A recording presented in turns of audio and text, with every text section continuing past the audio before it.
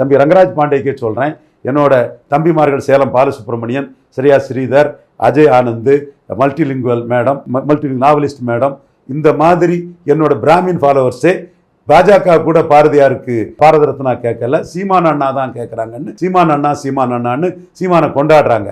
அப்போ விஜய் சீமான் கம்பேரிசனில் தான் விஜயால் இதை கேட்க முடியாதுங்கிறதும் அவங்களுக்கு தெரியும். தமிழ்ல இருந்து வந்தது தான் தெலுங்கு மலையாளம் கன்னடம்ங்கிறது விஜயால முடியாது, சுத்த வீரன் சீமானால தான் முடியும்னு அவங்களுக்கு தெரியும்.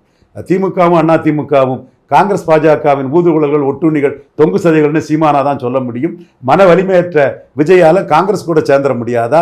இண்டோ பாக் வாரில் பாஜகவை எதிர்த்து எதுவும் சொன்னா நமக்கு பாதிப்பு வருமோன்னு கோலத்தனமா பதிலே சொல்லாம இருக்கிற ஒரு விஜய் தாங்கிறது பொதுவா உள்ள மக்களுக்கு அந்த பார்வை தெரியும். ஸோ விஜய் சீமான் கம்பாரிசன் சீமானுக்கு பெரிய லாபம். இது தப்புன்னா ரங்கராஜ் பாண்டே இது தொடர்பாட்டு ஒரு காணொலியை அவர் சாணக்கியாவில் போடட்டு. சும்மா பொய் பிரச்சாரத்தையும் மோசடித்தனமாட்டும் மொழி வன்மத்திலையும் பீகாரியா இருந்துகிட்டு ஒரு தமிழன் ஜம்பாகி பெரிய அளவில் வர்றதுல பொறாம காழ்ப்புணர்ச்சியில் பேசக்கூடாது, அது தவறு.